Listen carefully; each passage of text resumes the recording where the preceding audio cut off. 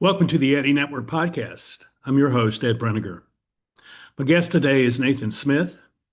Nathan works with a Roman Catholic community in Cincinnati, Ohio, and their organization or their community is centered in building unity between people, in particular, unity between their faith and other representations of the Christian faith. And he'll speak to that in our conversation. And I'm amazed at two things.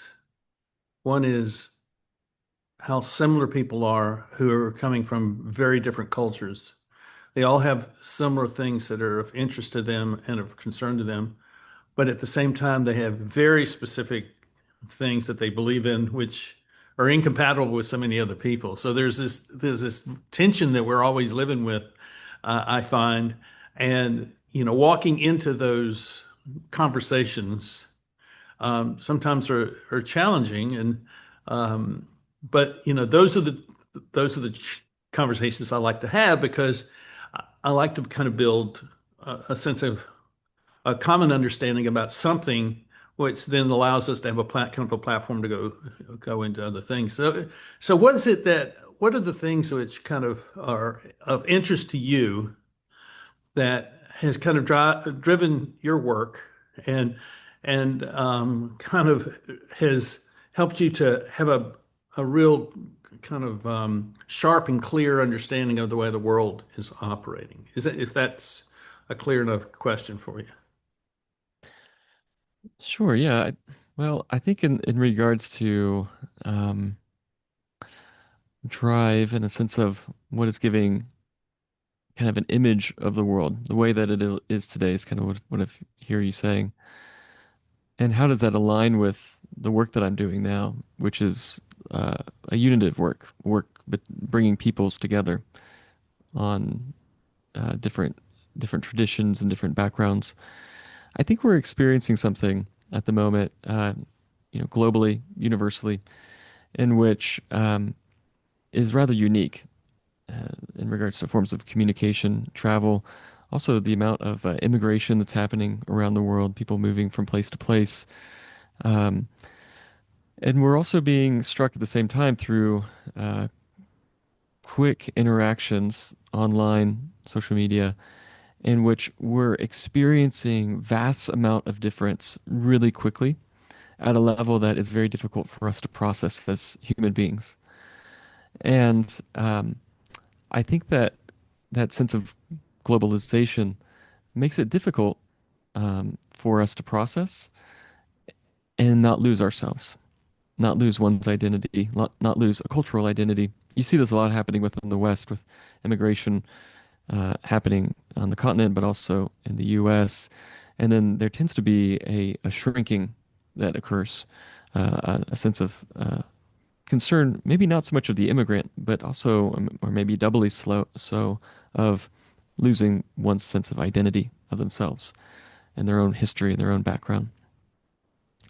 So for my own work, I work in the ministry of Christian unity, and so people who are maybe not as familiar, the Christian church itself has multiple different traditions and expressions that have come about. Um, a lot of people will know the Catholic Church. They might know the Eastern Orthodox churches, largely nationally based.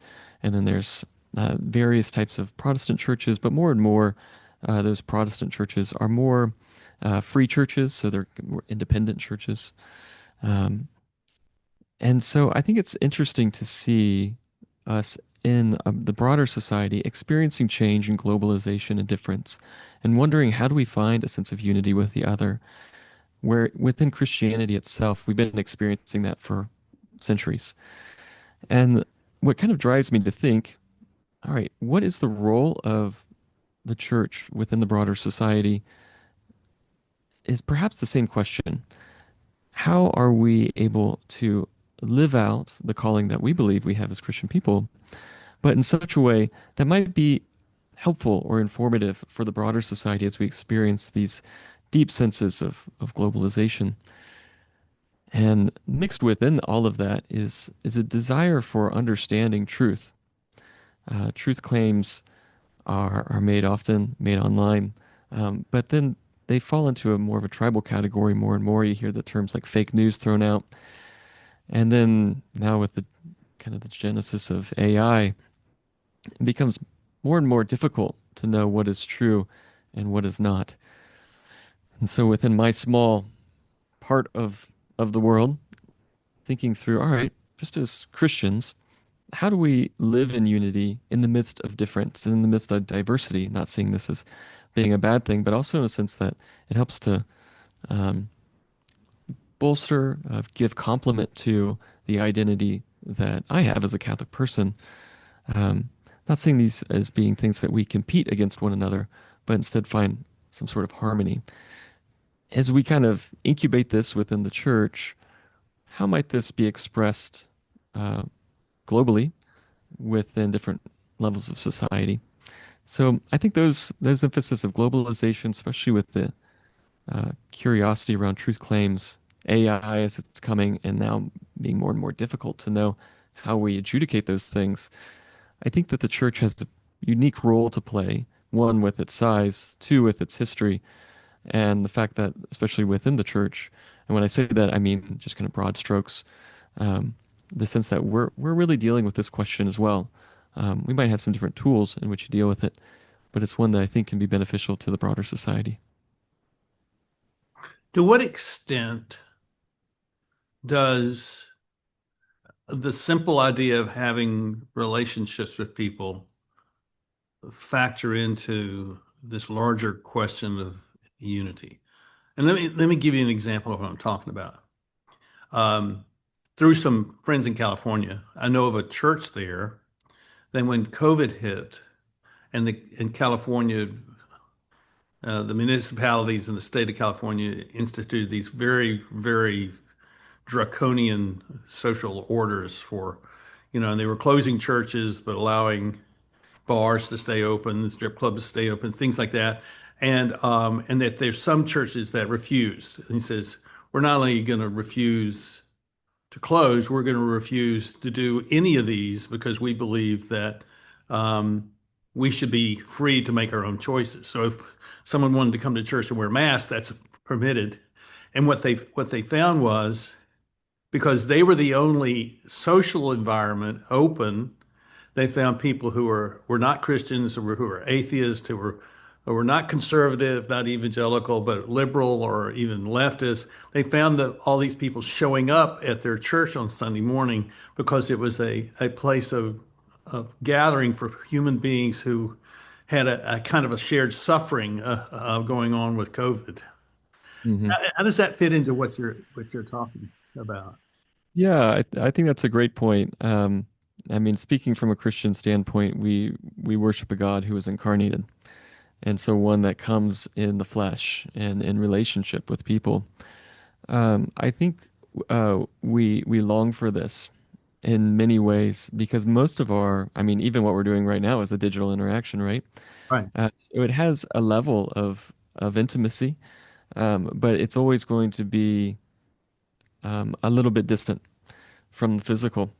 And I think that just the way that we're wired, uh, there's the sense that um, we hold particular notions, so we hold particular ideas, um, and those ideas are helpful. They're abstract. They bind large communities together. That's where cultures really can kind of develop kind of political thought and religious thought. Um, but the thing that really moves people is the real interactions. It's something that it's like an image that gets imprinted on the brain. So when we talk about another person, um, if we've had an interaction with them, we image them in our mind. It becomes much more difficult to speak ill of them when I know that person. And I think when we consider the sense of unity, the sense of how are we as human beings engaging with reality such that it's this weird hybrid of the physical and the digital now. Um, and I think, it's redundant anymore to say how difficult social media is on, especially on young people, because it's a veil. It's something that separates us. and yet the impact of the notional ideas engage us in such a way that um, can be detrimental. But it's the real experiences, and by that I mean the physical experiences, the getting to know somebody, that does have an impact on our imaginations. And nobody is really changed wholly by just a simple idea. One theologian that I love is John Henry Newman, who was a 19th century theologian. And he has this great line, I'll try to remember it, but he says that people influence us, voices melt us, looks subdue us, deeds inflame us. Many a man will die for a dogma, no one will be a martyr for a conclusion. And what he means by dogma is not maybe what some people think here. You hear the word dogma and think, dogmatic, somebody who's really closed off. What he means by that is something that is what somebody holds in their heart, the image they have of reality. And so you compare that to a conclusion, it's just something that we hold and that we might be able to let go of because it's just simply an idea. And so I think what you're experiencing with these churches that were maybe opening themselves up more and more as a ministry, just simply being available and seeing people who maybe don't espouse that religion, it kind of makes sense, I think, in the sense that we do long for that. We do long for those interactions because, at least from a Christian standpoint, we image God. We're made in the image of God. Since that, we long for that kind of relation because that's simply part of who we are. So that we are operating in sort of a um, a very serialized version of a micro immigrant experience, where we're always walking into places where we don't belong, and yet we may be finding community in those places. We may find something which ties us to those places and makes us feel like I can belong if I stay long enough.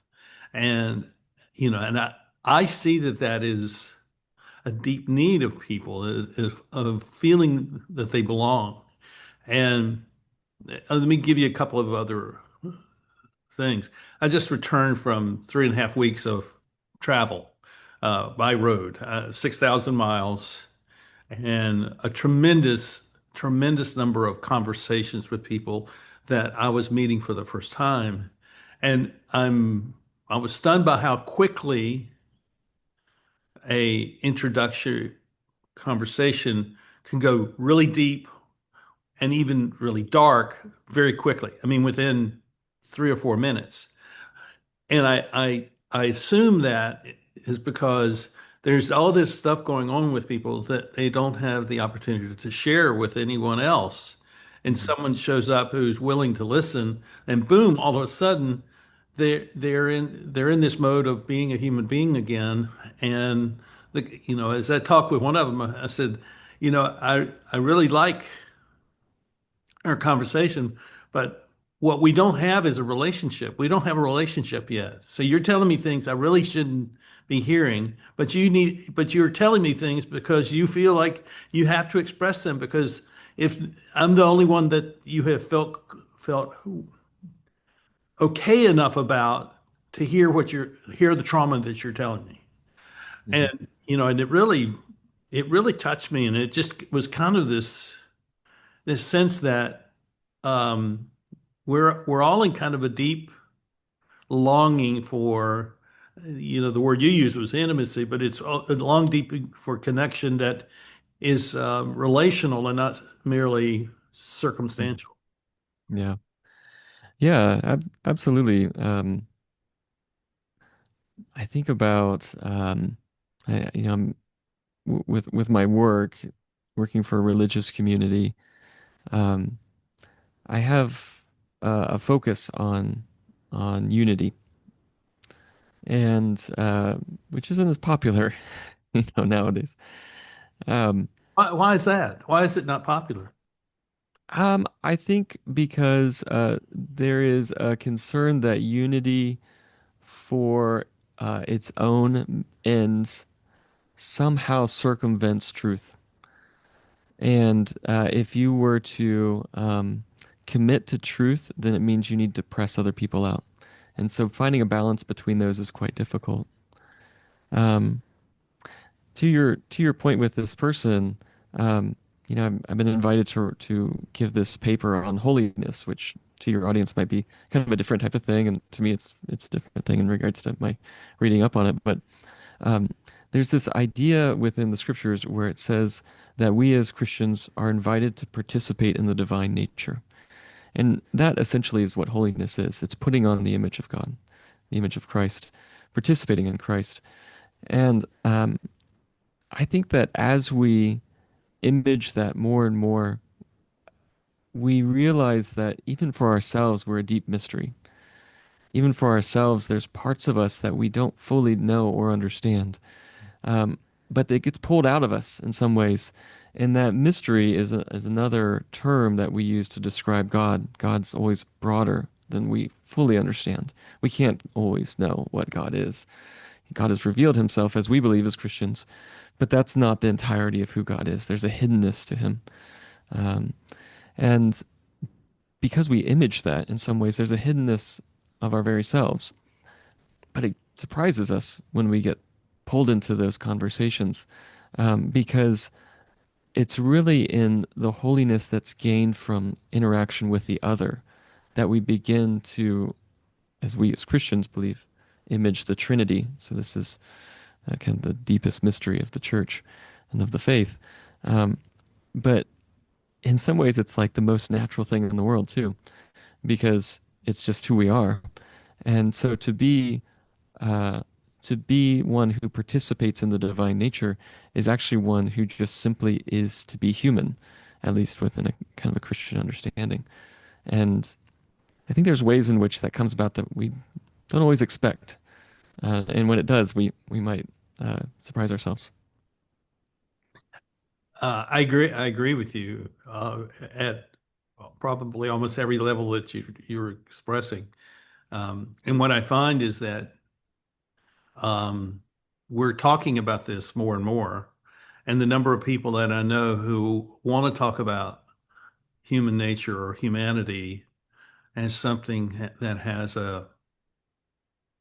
I'm going to say a transcendent value to it, that it transcends the mere physicality of human beings, but there's something deeper and something more ineffable. Maybe Hmm. I'll use that word. Something that's beyond our own understanding, but at the same time, we know it's there. I mean, and we don't understand what that means. We don't know where to take it, and we don't know where to take it because we can't take it by ourselves. It has to Yeah. be something that we share with others. So um, I'm curious as to how do you talk to people about what it means to be a human being? Because um, that helps people know. Um, I think what it does is it gives us a place of of a place to stand and say, okay, I agree with that. I don't agree with that, but I agree with this. If this is where I stand, and this is a place that we can begin to interact and say, oh, we can go forward together. I mean, I'm having a conversation with a guy tomorrow where we're going to talk about humanity, and and I know what he's thinking, and I tend to agree with him. But still, it may be a dynamic that is not fully in agreement. I don't know. We'll see. Sure. Yeah, I mean, there's always going to be a level of first principles regarding these questions. If you're speaking to a strict materialist, they're going to have a very different starting point, and so it'd be difficult to um, for anything that I say to maybe really engage what they think that means on being a human, because I know I'm coming from my own first principles, based in kind of my own understanding of reality. Um, but that put in place, um, I think that one thing we can consider from really like a phenomenological level is the impact of love. Now, this is a word thrown around a billion times and used with a billion different types of interpretations. And some people stand for love, and some people are totally against it, or there's this assumption that that's the case. But um, I believe that the concept and the practice of love is one that is self-emptying, one in which we actually move out towards the other. Um, Whereas the opposite of that is a closing off of oneself from the other. Love is always an opening, and bigotry is always a shutting of the door. Mhm. And as you mentioned from that experience of this person, we think about how many of our relationships are founded in the opening up of ourselves and allowing the other to open up themselves. I believe that our natural experience, as we see this within societies on so many different levels, primarily within the human family, or within the family unit rather, um, it's an opening of love, not simply for myself, but for the other in a whole way. Um, I believe that this is, in a lot of ways, the basis of how we might understand, not all the ways, but one of the ways we might understand what it means to be human.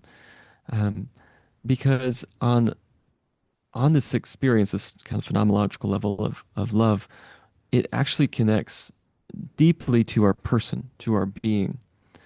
And as a Christian, we would say, oh, well, naturally, because God is love, right? First John. Um, and in tapping into this, we're actually tapping into the divine, not simply in regards to uh, some idea of God, but something on the level of, uh, really on the level of ontology, on the level of what God is. Um, we see this within the Trinitarian relation. We see this within our own interactions with God. God so loved the world, God's interactions with us. But that's something that is we're invited to go out in engagement with others, um, because interestingly, scriptures will oftentimes talk about how we are made a little lower than the heavenly beings. Um, it's at Psalm 86. You know this better than me. It talks about you are gods. Well, what does that mean? Um, well, we have to think, what is God? And if we think that God is love, then we have this capacity for love. And so, actually, bigotry, closing in, a fear, um, is the opposite of our divine nature. And so, to be human, I think, from this, is to tap into this deeper reality, which brings us out to others, but also to the transcendent, to realize that reality is much more um, fruitful, complex, interconnected than we tend to give it credit for. And what we experience, especially nowadays, is a closing in. And so, um, how are we, this closing in is oftentimes described as a polarization, within our society. Um, how do we recognize that this is actually not a human way of living? It might feel safe. Um, and I'm not saying that we just have simply like, you know, a losing of oneself within love. I think that's a different type of understanding of what love is. Um, Love is a sense of opening myself to the reality of the other person. It doesn't mean me watering or losing myself in that other person. That'd be really unhealthy. But to be human, I think, is implies this opening up. And when we have that, we in some ways begin to know who we are better. Um, because once we cast out that fear, there's a sense that I might be able to see myself, as you said, kind of in these situations a little bit more, because it's based in who I am as the person of love, because we are imaging that from our Creator. Yeah, that's beautiful, and I totally agree, I'll totally agree to this to going beyond what you're saying, to say that we have extraordinary difficulty in talking about love because it is the kind of the core dimension of our lives that gives us our humanity. I think you said that, but I think it goes even beyond that because um, it requires us to no longer be kind of the self-authenticated person. Mm-hmm. And it requires us to be in relationships of mutuality for love to actually be real. And I've been in the I'm at I just finished a 4 month sabbatical. Hmm. It doesn't mean I rested or I just walked away from social media and stopped writing for 4 months, which wasn't really true either. But I didn't publish anything for 4 months. But this is what I found, and I think it's just I have a extensive library, and I went through I mean not exhaustively, but I went through a lot of the books I had looking for, and particularly theology books, looking for things about love, and couldn't find it. We don't talk about love in the church. Hmm. We talk about the love of God. We talk the love of Jesus and his sacrifice, but we don't talk about it at the deep level of our humanity. Hmm. And I think we do that. We don't do that because it is uncomfortable for us to do that. And it Hmm. kind of sets up this expectation, well, these people are going to be people of love when we're still trying to figure out what love is and trying to figure out who we are. But the fact that we can admit to that, when we can admit to that, then it allows us to come together and say, how together can we learn to be people of love? Hmm. So, Yeah, and I think that as a people who are identified with that, um, is important. So the earliest description of Christians is the people of the way, and that's intimately tied to Christ's description of himself being the way, the truth, and the life. And Christ in his actions and the Trinitarian understanding is one of self-emptying love, um, rather than simply a self-actualizing or a love in order to practice the rights of my own freedom. Because there's some ways in which we might have a disordered love, a love that is actually not one that is opening of my own heart to another, but is actually just um, becoming infatuated with my own desires. And so we do need to adjudicate these things, because there's ways, because we are a mystery to ourselves, there's ways in which we trick ourselves into thinking that this is an expression of love when it's actually quite the opposite. so let me ask you this, because a lot of people might think that everything we've said so far is highly abstract and theoretical, and it's not. It's reality. It's a lot of it.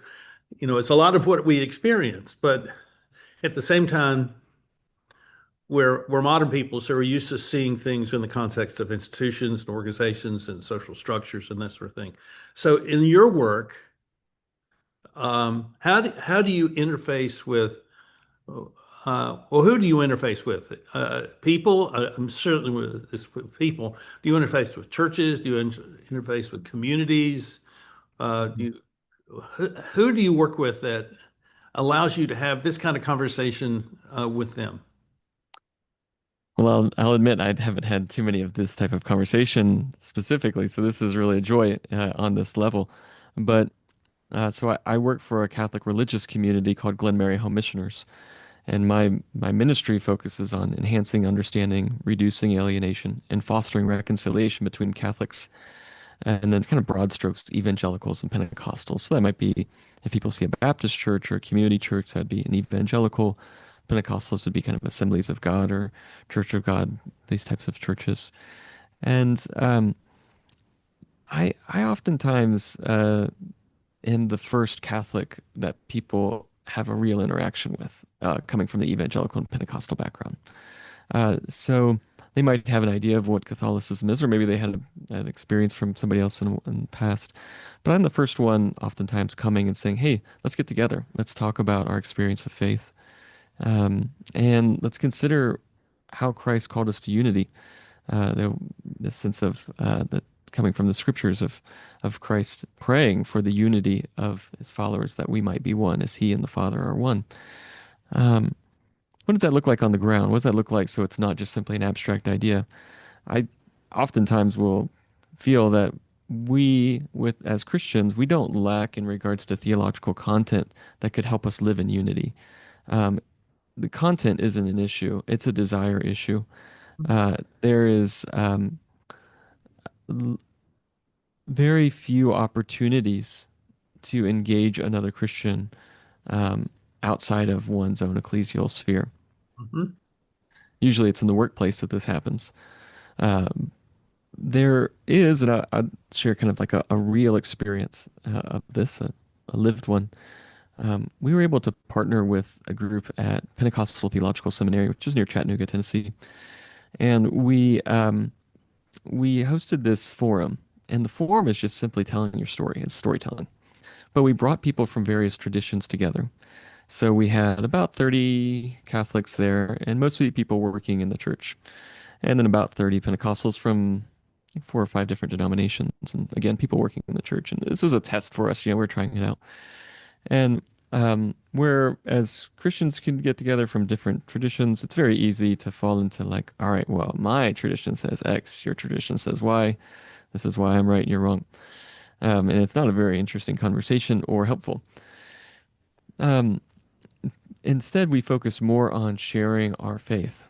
How did you come to know about Christ? Where are you being internally converted? How were you called into ministry? Because most of these people were working in professional ways in this. And one example of that is I had a friend of mine, Father Jim, who is a Franciscan. He shared on his experience of becoming a Franciscan, and he was fully habited, which, if you think of the kind of traditional garb of a friar, and he talked about these evangelical councils that friars will take on all people really are called to take this on, all Christians, of poverty, chastity, and obedience, and so take it on in different ways. And he said that it's knotted on belts on his belt, reminds him of these evangelical councils of poverty, chastity, and obedience. And he says at this forum event in the chapel at Pentecostal Theological Seminary that this helps him to remind himself of his promises to these, because in that it brings him life to remember his promises to the church and to God. And then he passed on and went on something else. Then we went back to our small group tables. So in these forums, it's largely like, four or five people around a table sharing your faith story, then other tables going on. One Pentecostal pastor said, I grew up thinking that Christ died to overcome the legalism represented when a priest wears a clerical collar or like Father Jim wearing his own, I think he called it like monk's garb or something like that. And he said, now I hear Father Jim saying that in wearing this, it brings him freedom and brings him life. I have never heard that before. And it actually makes me wish I had that for my tradition. And I think in having these real interactions, he's able to say, I'm not simply against clerics wearing a clerical collar anymore. Because in so saying this, my whole frame of reference has been changed. I see Father Jim. I hear this story. I remember this. I see it from a whole new frame. And he was opened up in love to Father Jim, and to see their interactions was quite beautiful. So that's one thing we try to do with our ministry is we do host theological dialogues. These are important. The sense of truth seeking is important to our lives and to the church, of course. But how do we get at that? It has to include the real. It has to include real experiences. And in so doing, our imagination is changed. And it's only through that will we actually be internally converted. There's a document within the Catholic Church on ecumenism. Ecumenism is the ministry of Christian unity that says there's no ecumenism worthy of the name without a change of heart. And we might say that a change of heart only really comes through these real interactions. And so we try to host as much as we can these types of forum events. I was they do this globally, something called the Global Christian Forum, which is just a beautiful way of overcoming polarization. I was in Accra, Ghana for the last one in spring of 24, and there was a Pentecostal woman from Russia who was at my table.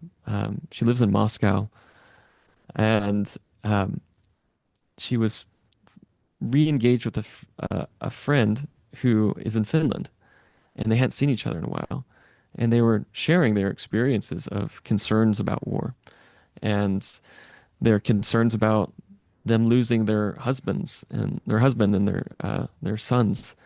And in that experience, there's a sense that we empathize on a much deeper level than simply seeing something on a screen because we're actually face to face. We had hundreds of these stories happening in Accra. Um, I think if there's anything that we need more of, it's these types of places, these types of encounter um, that allow us to be rehumanized, and in so doing, as a Christian, we would think kind of divinized in that way. It makes me think about the model or the construct that came out 30, 40 years ago about places. You know, their first place is home, second place is work, third place is some kind of social place, and Hmm. that you know, people today would say, well, a third place might be the gym or a bar or a coffee shop. But it also, in many cases, it's the church, and it's where people meet and they have conversations where they're being invited to open up their sense of who they are and what is possible, Hmm. merely not by someone telling them to do that, but rather by someone telling them a story, sharing a story which has a resonance within them that says, "Wow, I can be different too," or "I can go Hmm. that direction." Oh, that sounds very appealing to me. How do I get there? And Hmm. I, you know, and all the literature that's out there on change, and I'm one of those that creates that. Um, it has its limitations because it doesn't often become something that's social or Hmm. personal, interactive. Hmm. I love the story of the Pentecostal fellow discovering the freedom that um, Father Jim has. I mean, that's I understand that very well. But I think there is this sense that um, that within the church of the modern world, we've um, felt that we needed to be correct and formally correct, you know, Hmm. and have proofs that this is true. When at the end of the day, it's really how do you treat your neighbor and how Hmm. do you treat yourself? You know, that's really where it comes back to the discovery of where love fits in. Yeah, I mean, it's the question of the scribe to Christ. What are the greatest commandments? And Christ says to love God with all your heart, soul, mind, and strength, and love your neighbor as yourself. That's indicative of what it means to be a Christian person. Um, and I think that we've lost the ability to disagree without demonizing. Um, and I believe there's a host of reasons why that is. Um, and especially within the church world, you tend to see more instances in which new churches and denominations are created rather than those coming together. Um, and I think you see this more globally too. It's not just a church problem, a Christian problem, but it's a problem of the human person. I think you see this really throughout the history of, especially through Genesis, of this kind of breaking down of the human person. Um, but how can we model that? How can we model something different in regards to that? Because we do design, like everything that I'm saying right here in regards to God being love, us, participating in the divine nature. All these are actually truth claims. Um, so the call to love is not a removal of the impetus for this. Instead, it's a framing of what it means. Um, there's a sense that, as the scriptures say, let the same mind be in you that was in Christ Jesus. And so that goes into a self-emptying, a kenosis, as it's described. But it might also come about with the image of the two disciples walking on the way to Emmaus and sharing along the way this experience. We might find ways in which Christians, non-Christians might go on these same types of Emmaus walks, because what we're experiencing is sharing is our experience of life. Um, and through that, it, we might be able to see things just a little bit differently if we don't let ourselves simply fall into assuming the categories that we put onto other people. That's the most dangerous place is that I come into a conversation and I think I know who you are already. And in so doing, I'm making you a caricature rather than you as a person. I love the story of the of the men that Jesus meets on the road to Emmaus, and he starts walking with them, and they don't know who he is, and they're just hanging out with this guy, and it's such a beautiful instance of where the relationship kind of takes precedence, and all of a sudden they've been, hey, aren't you that guy? And he says yes, but it's such a natural way that human beings discover things, and that's been my experience, for my entire life. To kind of speaking for myself speaking from a Catholic, and I think this is important for what we're saying, the recognition of Christ in that story um, is doesn't appear to be gradual. Instead, it comes through the breaking of bread, which as a Catholic you would understand this as being Eucharistic. But that is the experience and the sacramental reality of the most intimate self-giving gift of God. And it's only in that that we begin to recognize God's presence with us, which is always there. And your hearts are burning, as they say. And in such that we maybe in that there's something we can learn from that. In God's own self-giving in the bread and wine, we see what it means to be human because we see what it means to be divine. And it's not until that happens that we begin to actually find ourselves open to it. It's interesting. I grew up in the Presbyterian tradition, and when I was a child, we had the Eucharist once a quarter, and and then on special days like Easter and stuff like that. And then it moved to once a month. And now there is, I frequently hear, and I hear it in the church, it'd be really great to do this every week. Mm.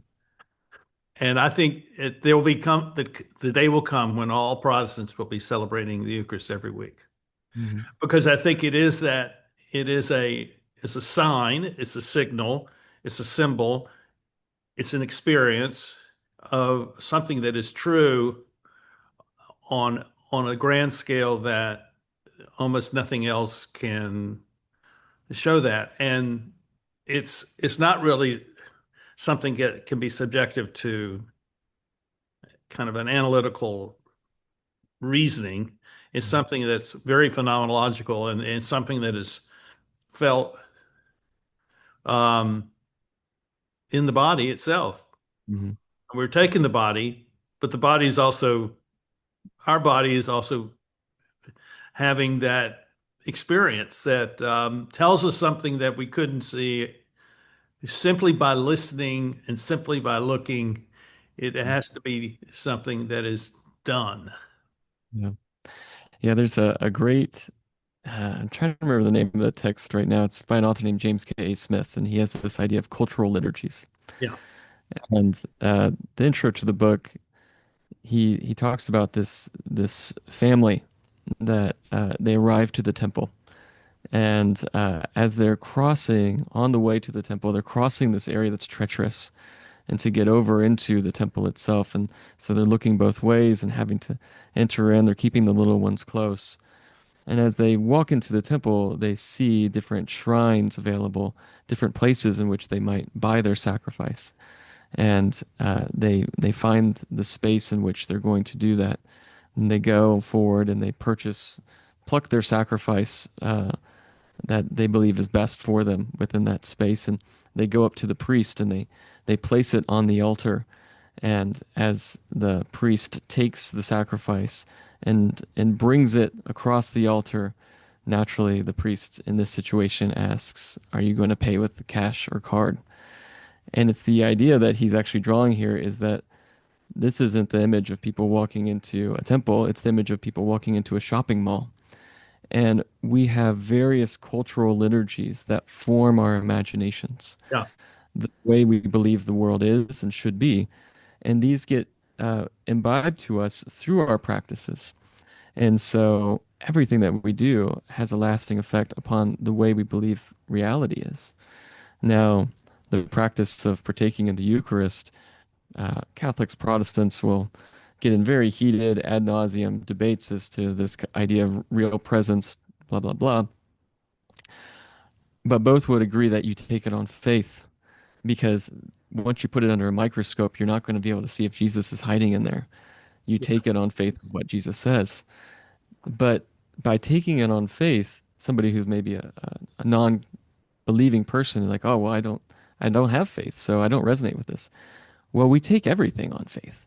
The fact that I was going to show up on this call at 3 o'clock because you and I met a couple months ago, you were having faith in me to actually follow through with that commitment. Everything that we do is based on trust. Everything that we do is based on a societal level of faith in another person. And so, for us as Christians to go and continually engage in this practice of the sacrament is actually just a rehearsing of the reality that we believe on faith, which is that Christ is present with us. I didn't believe that you would show up. I hope you don't. That's very good. Because the belief has, or faith has something that is certain about it. Hope is something which is um, less so. And that's what I want to, that's kind of what I want to ask you the last question, because I think hope is, I used to denigrate hope. Well, it's just, just hope against hope. It's not real. It's not something tangible. But I've changed my mind on it, and I think when people have hope, they have a reason to do things, have a reason to act, and that sort of thing. So I'm wondering, as you look at the world from your position, not just as a person who works within the context of the church, but also as a Roman Catholic, how do you look at the need or the presence of hope in the world as we move through this time of chaos and change that is before us? hmm Yeah, I would think, you mentioned certainty. I think hope, certainty, and then um, blind optimism are things that need to have greater definition. Um, Hope for the sake of hope, blind hope. I hope it turns out. That's not a hope. That's I'm optimistic things will go my way. Maybe you were optimistic that I would show up. I knew you would. I really did. Hope follows on a trust in the relation that you have with the one speaking. Uh, Certainty is an action you do based on the level of trust that you have in what's before you. Um, you know, all of reality, all of our actions are really based on probability. It's, this Bishop Butler, I think is that's probability is the guide of life. Um, because certainty, and I know there was like this new conclave or relatively new conclave movie, and there's this line I hear people throwing around a lot. I don't want a church of certainty. But certainty, as that person describes it, is a sense that I know that I know, and that's the end of it, rather than saying I know that I know, which is enough for me to move on, walking kindly in this light. But we only do that, we only have certainty to move forward because of the hope that's instilled in us by the trust that we have in the one speaking. And where does that hope lie? Um, and that's a question I think everybody needs to ask themselves. Yeah, I agree, and I think the the challenge is that we're tested on this every day. This is it's not like signing a contract. I and we got something in written that's written. This is Hmm. really something where we give ourselves to it, and we trust that our commitment is not just matters, but it's true, and Hmm. um, that we will be um, sufficient to fulfill the commitments we make. Hmm. And I think more than anything, that's where hope is. Well, that's one of the pieces of hope that we're sufficient to move into the a positive direction, to fulfill the commitments we've made, even as we recognize that we will fail at times, make mistakes, but we return to the okay. I'm going to try. I'm going to keep trying, and trusting that what I have put my commitment to, what I put my faith to, is substantial enough to hold me through the course of my life. Hmm.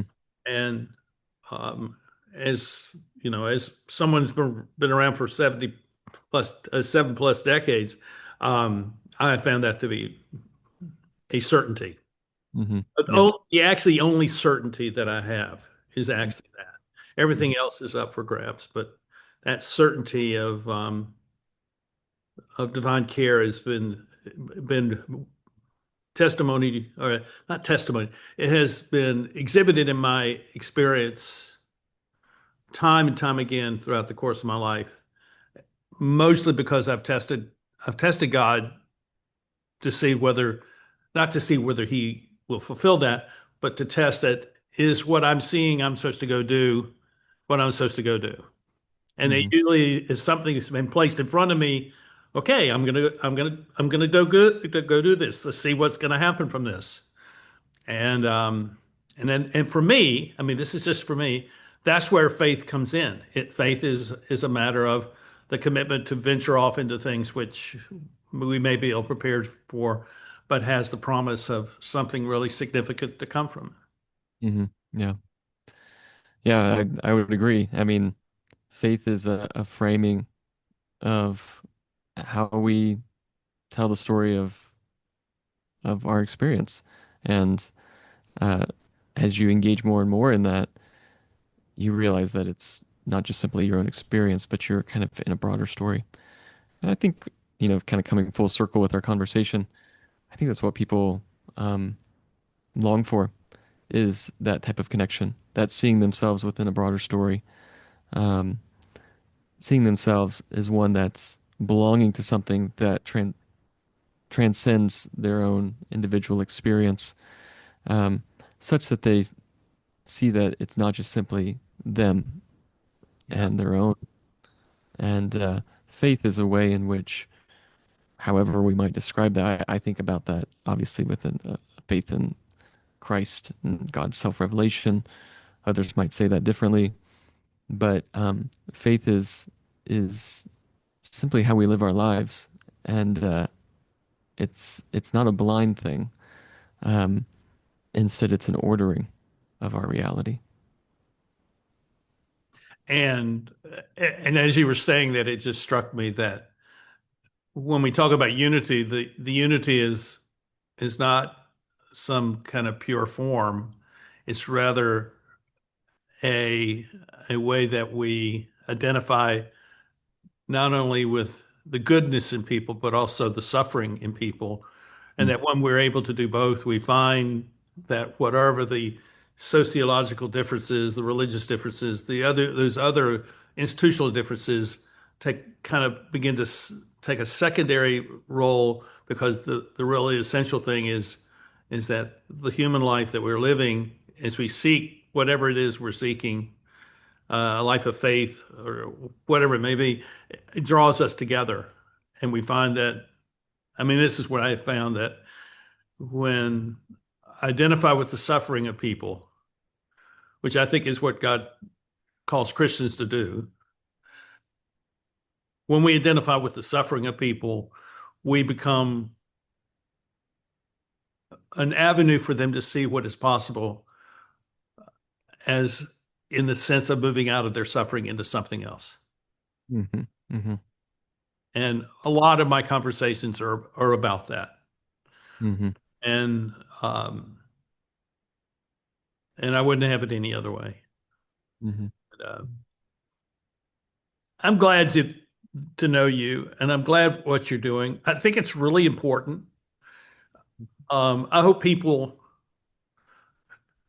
take what you're saying, not simply, well, that this is another religious worker, but that you're speaking out of your own faith journey, your own life of faith, and this is where you found yourself, Hmm. that you're venturing out into to do things that are hard to do, and